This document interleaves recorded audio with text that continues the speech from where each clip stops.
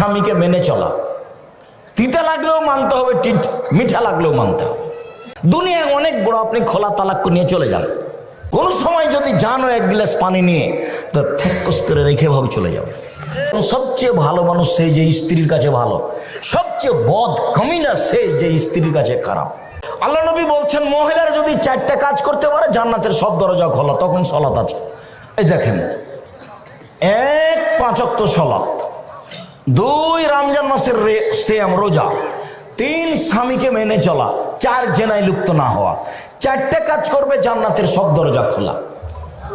তার মধ্যে সালাত আছে। 1 সালাত, 2 রোজা সিয়াম, 3 স্বামীকে মেনে চলা, তিতা লাগলেও মানতে হবে, মিঠা লাগলেও মানতে হবে। এইভাবে মাস মাস সপ্তাহ সপ্তাহ কথা বন্ধ করে থাকা যাবে না। দুনিয়ায় অনেক বড়, আপনি খোলা তালাক নিয়ে চলে যান, কোনো সমস্যা নেই। স্বামী জমিদার হোক না হলে ফকির হোক, চেয়ারম্যান মেম্বারকে বলেন ভাত খাবো না, একটা খোলা তালাক করে নেন, তার কাছে তালাকনামাটা পৌঁছে দিয়ে বাড়ি চলে যান, কোনো সমস্যা নেই।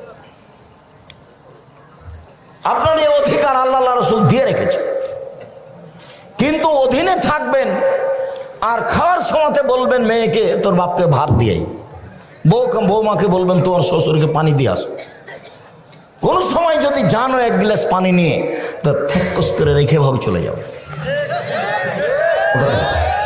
আব্দুর রাজ্জাক সাহেব, আমাদেরকে অত তুচ্ছ করে বলিয়েন না, আমার স্বামীরও মুখ খারাপ, আমি এটা বুঝলাম।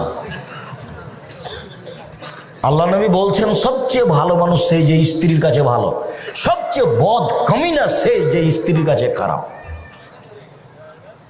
কখনো স্ত্রীকে কটু কথা বলবেন না।